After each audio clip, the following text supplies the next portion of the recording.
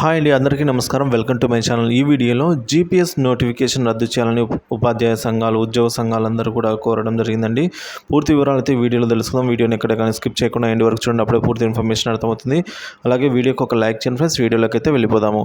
Friends, ఇక విషయానికి వచ్చినట్లయితే గ్యారంటీ పెన్షన్ స్కీమ్ జీపీఎస్ అమలుకు అయితే నోటిఫికేషన్ ఇవ్వడాన్ని AP CPS employees association, AP CPS EA, AP ప్రాథమిక టీచర్స్ అసోసియేషన్ ఆప్టా, ఏపీ ఉపాధ్యాయ సమాఖ్య ఏపీటీఎఫ్లు ఖండించాయండి. ప్రభుత్వం ఈ విధంగా ఉద్యోగ ఉపాధ్యాయుల ఆకాంక్షను అయితే త్వరగా నెరవేర్చడానికి చర్చించాలని అయితే కోరాయి. ఈ మేరకు ప్రభుత్వం వెంటనే నోటిఫికేషన్ రద్దు చేయాలని కూడా డిమాండ్ చేశాయండి. పోతూ జీపీఎస్ నోటిఫికేషన్పై అయితే సంతకం. వైకాపా ప్రభుత్వం కాంట్రిబ్యూషన్ పెన్షన్ స్కీమ్ పథకం సిపిఎస్ స్థానంలో తీసుకొచ్చిన గ్యారంటీ పెన్షన్ స్కీమ్ పథకంకు సంబంధించి దస్త్రంపై అయితే గత నెల 12న అప్పటి ఆర్థిక శాఖ మంత్రి ప్రధాన కార్యదర్శి ఎస్ఎస్ రావత్ సంతకం చేశారండి. ఆయన సెలవుపై వెళ్తూ పెండింగ్ దస్త్రాలపైనన్నిటి సంతకాలు పెట్టారు. వాటిలో జీపీఎస్ దస్త్రం కూడా ఉంది.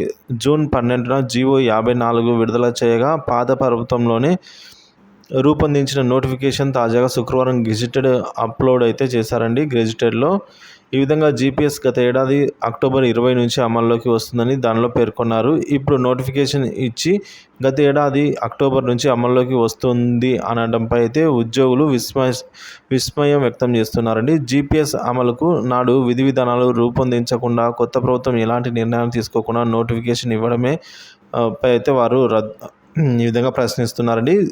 ఇక జీపీఎస్ను వ్యతిరేకించిన ఉద్యోగులు అధికారంలోకి వచ్చి వారం రోజుల్లోనే సిపిఎస్ను రద్దు చేసి పాత పెన్షన్ స్కీమ్ ఓపీఎస్ను తీసుకొస్తామని 2019 ఎన్నికల్లో అప్పుడు జగన్ గారు పదే వాగ్దానం చేశారు. అధికారంలోకి వచ్చిన తర్వాత ఆర్థిక భారం పేరుతో సిపిఎస్ స్థానంలో జీపీఎస్ తెచ్చారు.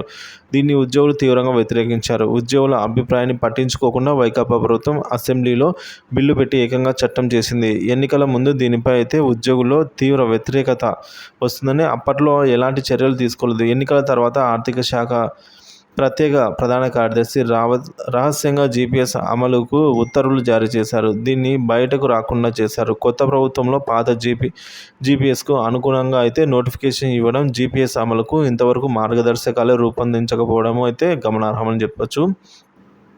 నోటిఫికేషన్ వెంటనే రద్దు చేయాలని యూటీఎఫ్ కోరడం జరిగిందండి. జీపీఎస్ అమలు విడుదల చేసిన నోటిఫికేషన్ను కొత్త ప్రభుత్వం రద్దు చేయాలని ఏపీ ఉపాధ్యాయ సమాఖ్య అధ్యక్ష ప్రధాన కార్యదర్శులు వెంకటేశ్వర్లు ప్రసాద్ గారు అయితే ఈ మేరకు డిమాండ్ చేశారు ఫ్రెండ్స్.